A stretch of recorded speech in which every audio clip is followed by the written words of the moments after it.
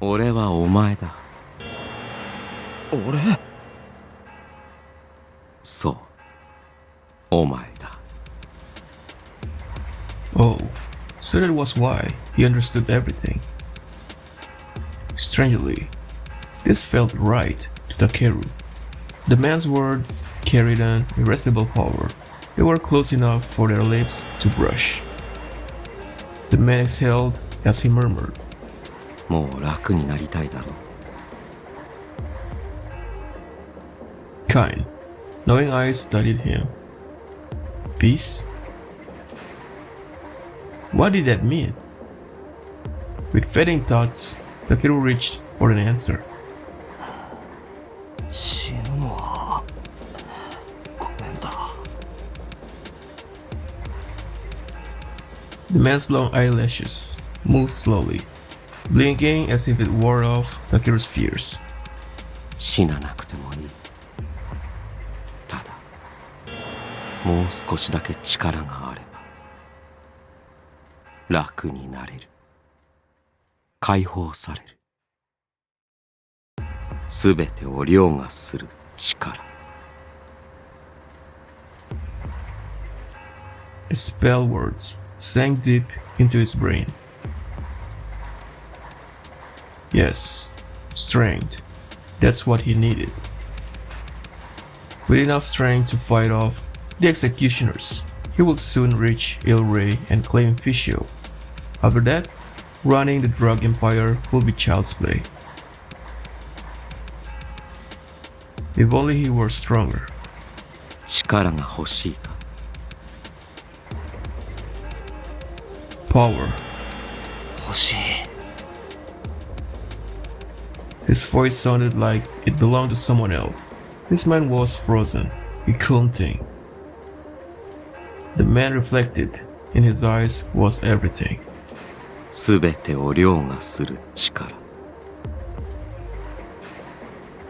すべてを凌駕する。The hand stroking Takeru's cheek gradually slid down to his throat. It was like being touched by soft ice. The hand crawled lower, across the chest of Takeru's motorcycle jacket, then threaded its way down his arm until it met Takeru's hand. Long fingers slowly closed around Takeru's. お前を見下す者、見返してやればいい。 The final spell. Smiling, the man released his hand and stepped back. Takeru followed him with unfocused eyes. The man's silhouettes grew blurry in the darkness. At last, he vanished as if melting away. In the silence, all that remained was the afterimage of his smile. Time itself had come to a halt. After what seemed like 1,000 years, Takeru returned to himself with a gasp. Sweat broke out all over his body. What had just happened? It felt like a dream. Feeling something hard in his left fist, Takeru spread his fingers and looked down. A glass ampoule was resting on his palm. Rain. His sweat doubled. Where had it come from? When? Who placed it? The answer was plain as day. The man had placed it there moments ago, when he held Takeru's hand. It hadn't been a dream. Head throbbing, Takeru pressed a hand to his temple and squatted in place. Rain. He had never considered using it before. It was the one thing he wouldn't do, no matter how desperate he became. Takeru's mother had succumbed to the temptation of drugs, seeking an escape from their life of poverty. He knew all too well where that path led. He covered his face with a hand and took deep breaths, trying to get himself under control. 腐ってやがる。 He pulled the now chainless cross from his jacket's inner pocket and pressed it to his lips.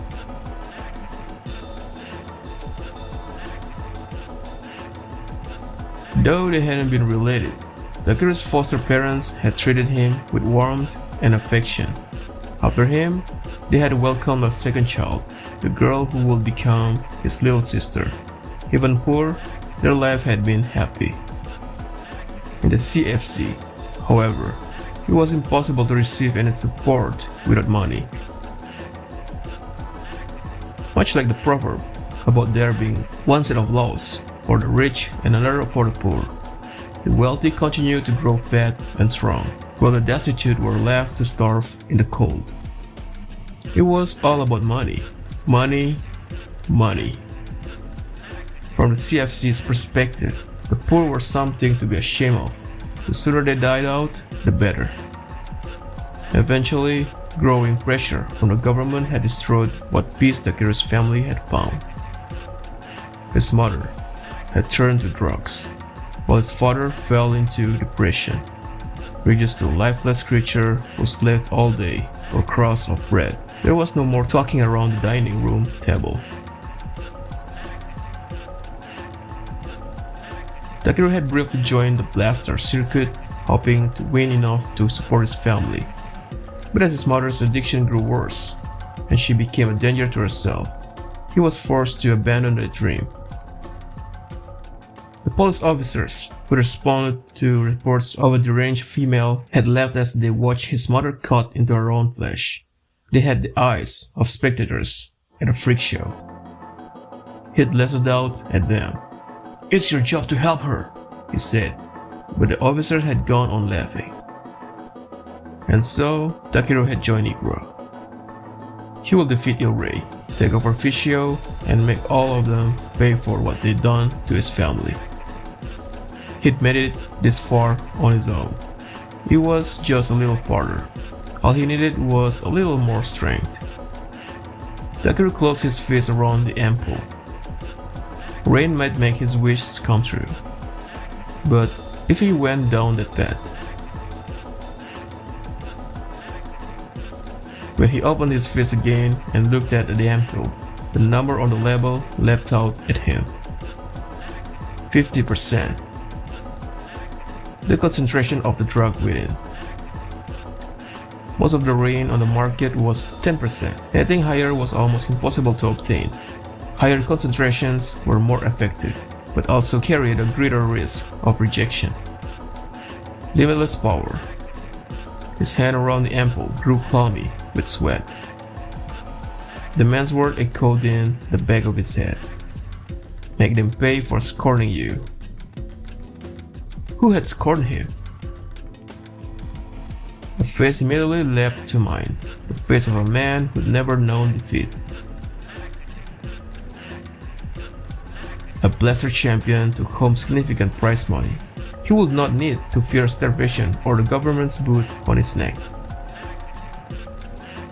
He and Takeru were matched in strength. The sole difference between them was the burdens they carried. Heat bloomed at the base of Takeru's skull.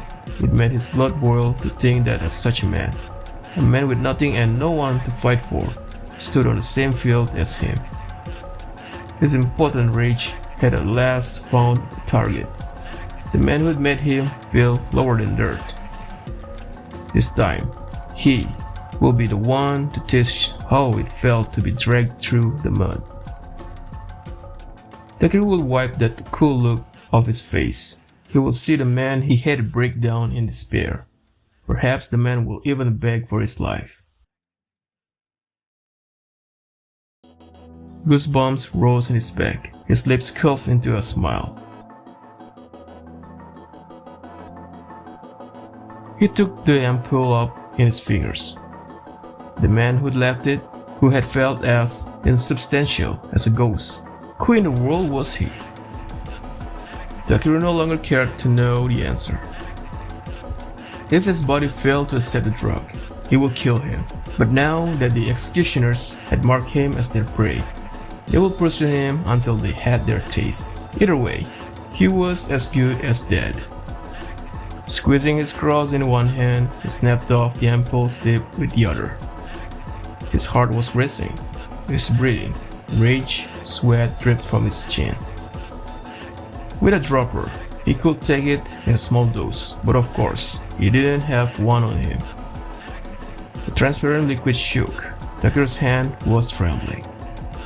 His heart seemed ready to burst from his mouth. He closed his eyes firmly and took deep breaths. Then, he put the tip of the ampoule to his lips and tilted it all the way back.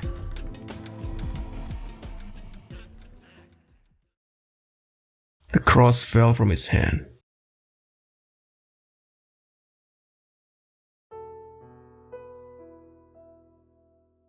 The moon had been awfully lovely that night. お兄ちゃん、 Takeru turned to look over his shoulder. It was past midnight. His little sister Yukari, who should have been fast asleep, was standing in the doorway. 眠れなかったのか？明日起きられないぞ。早く戻って寝ろよ。どこ行くの？ She trotted up to him and clung to his knees. The hem of her favorite pink nightdress trailed along the ground. 汚れるぞ。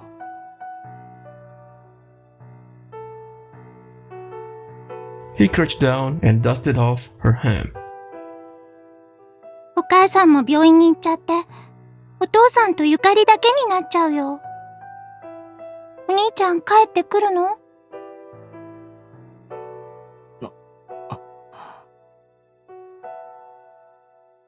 Their mother had been taken to a rehab facility. At least that's what they called it. In truth, it was a place to store undesirables. Nobody ever returned alive, but he couldn't tell Yukari that. He told her instead that their mother was in the hospital. And now, the kind lady next door had agreed to look after Yukari. She had always been fond of his sister, and Yukari was too small to be much of a burden. Takeru would not have to worry about leaving her alone with their zombie-like father. There was nothing left to keep him from joining Igura, except this. He had meant to leave for Toshima without catching his sister's notice, but now, innocent eyes looked up at him, begging him to stay. Unable to hear it, he hugged her tight. 兄ちゃんとゆかりと母さんと父さん。また仲良く、一緒に暮らせるように頑張ってくるから。帰ってくるからな。絶対。ゆかり待ってるね。Tin, soft arms wound tightly around him, and she embraced him with all her strength. Her tiny warmth brought tears to his eyes. お兄ちゃん、これあげる。She pressed something into its hand. お前、これ。It was a simple silver rosary their mother had given her for her birthday. She wore it day and night. あげる。大切なものだろ。ちゃんと持ってろよ。いいの。お兄ちゃん持って行って。お母さんがきっと守ってくれるよ。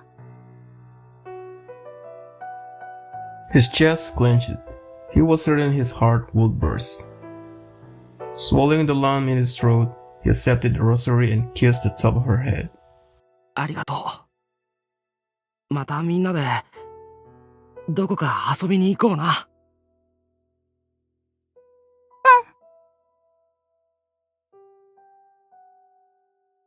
Takeru hung the rosary around his neck, wiped his eyes, and stood up. He patted his little sister on the head tenderly, reluctant to let her go. それじゃあ、行ってくるから。兄ちゃんが戻るまで、いい子にしてるんだぞ。いってらっしゃい。She kept waving to him as he drew further and further away until he could no longer see her tiny form. He looked up. The moon was beautiful and almost bright enough to blind him. Its shine lit the way forward.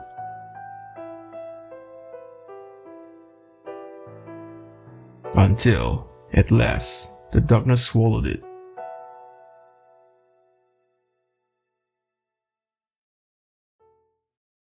The sun had risen before he knew it. His body was exhausted, but he remained wide awake. Akira laid his leaden head against the backrest of the uncoverable sofa. The crumbling ceiling filled his sight. Motomi was smoking on the sofa across from him. Deep wrinkles carved into his furrowed brow. Beside him sat Rin, slumped over with his head on the armrest. Like Akira, neither of them had slept. Keisuke was still missing. If you wanted to go to ground in Toshima, it was easy enough to do so. The city was rife with tunnels and warrens and cubbyholes of all shapes and sizes. Keisuke must be hiding somewhere.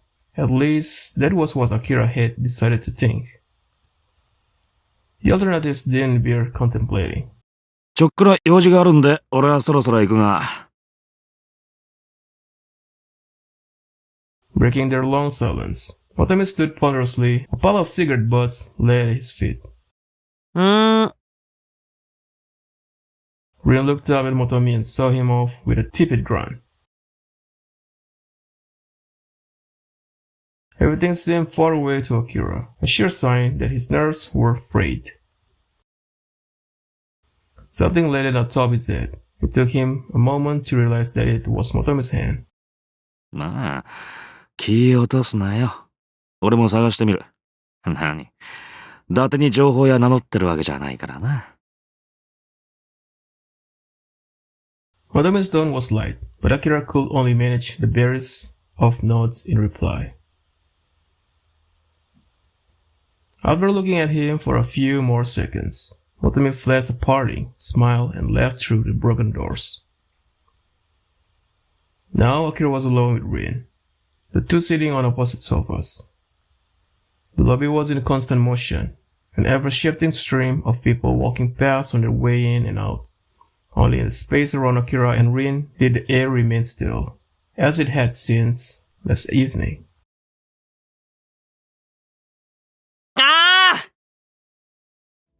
Suddenly, Rin sprang up and stretched both arms high above his head, then clapped the sides of his face with his hands. 心配だけどさ、でもきっと大丈夫だよ。危ない危ないっつっても、なんだかんだ言って結構やってけるもんだからさ。おっさんも俺も探すし、そんなに遠くには行ってないと思うし。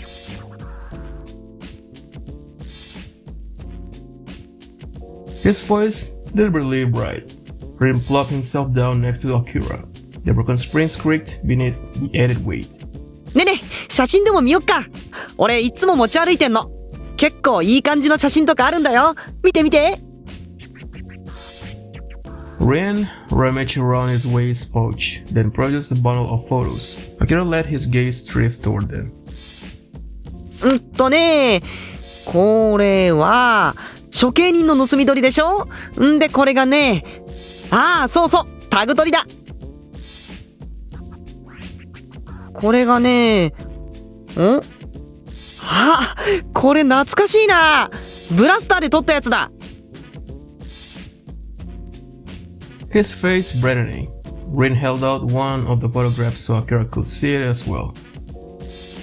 It showed a man, face covered with bruises, making a frantic effort to grab something.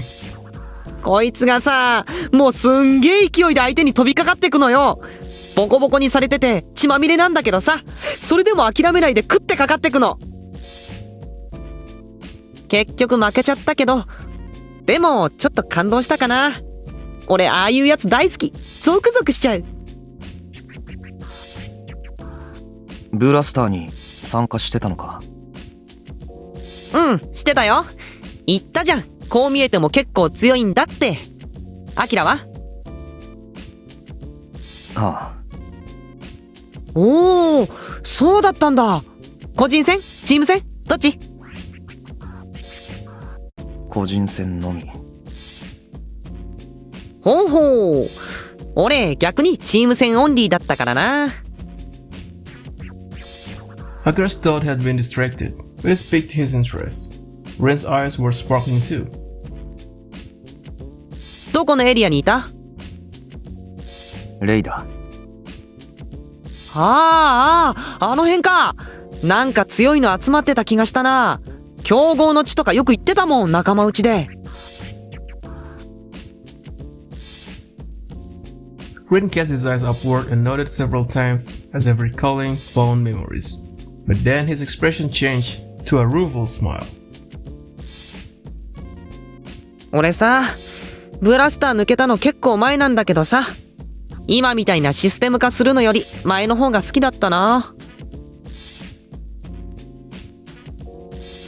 ああ。Akira could sympathize with that. でしょ？だよね。やっぱそうだよね。なんつか昔の方がさ、こうみんな元気良かったっつうか。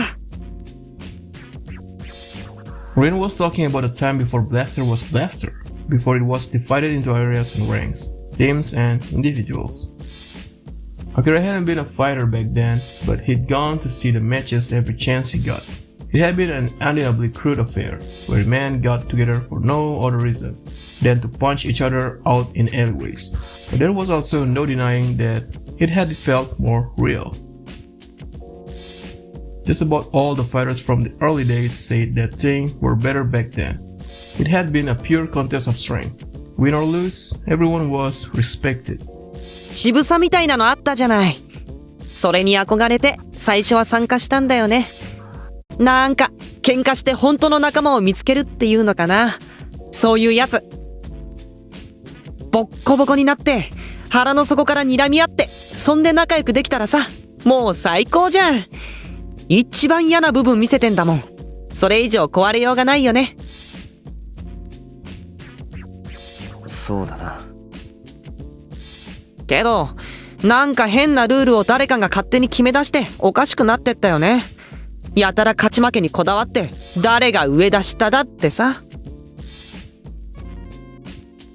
最初は面白いと思ったけどすぐに飽きちゃった。中身がないんだもん。なんで人間って何でも規則を作りたがるんだろうね。Grimacing, Ron folded his hands behind his head and leaned into the backrest. それが理由か？なんの？リンがイグラに参加した理由。ああ。For an instant, the expression vanished from Rin's face. Akira told himself that it meant nothing. That it was just how Rin looked when he lost in top. But the void there was cold enough to make him shudder. まあそんなとこかな。俺はチームで参加してたんだけど、解散してみんないなくなっちゃったしね。Rin's expression soon returned, and he gave Akira a lonely smile. Perhaps this was a difficult subject for him. そういうアキラはなんで？やっぱ同じ理由？ Akira fumbled for an answer. He couldn't tell the truth, after all. そんなところだ。そっか。それにしても、アキラもブラスターに参加してたなんてね。なんか嬉しいな。Rin, who had been stretching his arms and legs out wide, suddenly leaned toward the floor. あらら、大切なものが落ちてるよ。これ、アキラの。Rin held up a bundle of tags. When Akira checked his jacket pocket, he couldn't feel any tags inside. They must have slipped out without his noticing. Not a surprise, given how distracted he'd been all night. あ、悪い。いえいえ、どういたしまして。でも気をつけないとダメだよ。俺じゃなかったら取られてたぞ。He took his tags back from Rin. 4 of his own plus the 5 he'd swiped made for 9 total. This was the first time he'd had a chance to examine the new tags in a place with a good lighting. There were 2, 3, 5, 7, and 9, all big tags.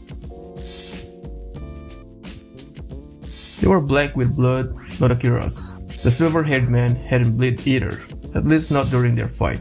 This blood likely belonged to some previous owner. アキラ、寝なくて平気？顔がどんよりしてきてるけど。Akira pulled back as Rin peered at his face. Rin had a point. His thoughts felt like molasses, and his eyes were developing the grainy texture of fatigue. Perhaps talking about Blaster had relaxed Akira enough for his exhaustion to catch up with him. ちょっと寝ておく？疲れてるっしょ。俺ついててあげてもいいよ。いや、でも、ケイスケを探さないと。そんなフラフラの状態で？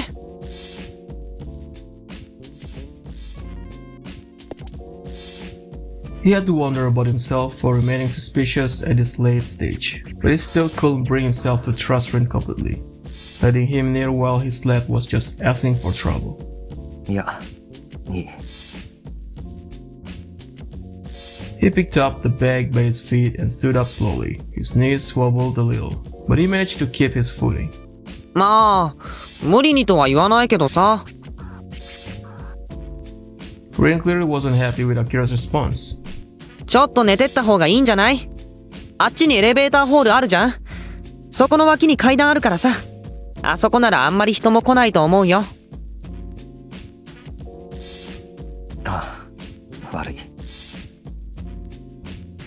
Akira thanked Rin and began walking in the direction he pointed. Rin was right.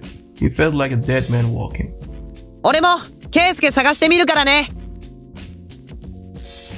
He raised a hand in answer to Rin's voice at his back. While he was grateful for Rin's help, he just couldn't find the energy to turn all the way around. He cut through the lobby and entered the elevator hall, where he quickly spotted the stairwell Rin had mentioned. The lights were off, leaving a dim, chilly air touch the sides of his face. He climbed up to the landing between the first and the second floors, then plunked himself down in the corner. Exhaustion spread through his body. Come to think of it, he hadn't had a good night's sleep since before leaving for Toshima.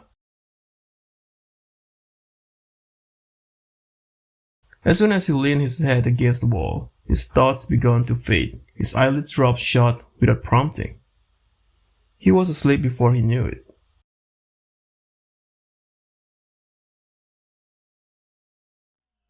It felt like someone was calling him. The static buzz of a radio. He was dreaming.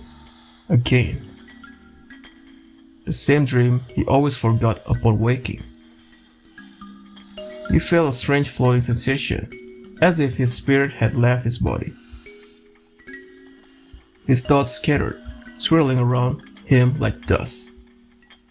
Try though he might, he could see nothing. No, not nothing. There, in the darkness, brief glimpses of light. He didn't know what it was. If I just taken what? He didn't know. In the end, as always, only a choking sense of loss remained.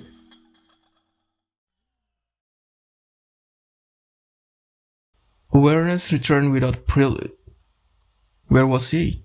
In a daze, Akira tried to get up. A sharp pain shot through his head, making him grimace. It was the pain he experienced whenever he found himself dragged from a deep sleep. While waiting for the pain to subside, he looked around. He was sitting in a poorly lit stairwell. Now he remembered. He'd come here to sleep.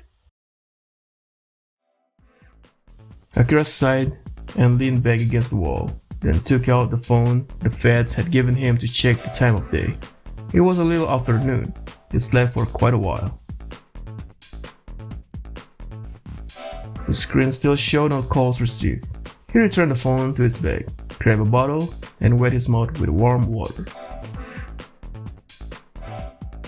His mind felt clear for a change, with the exception of one lingering surge of anxiety.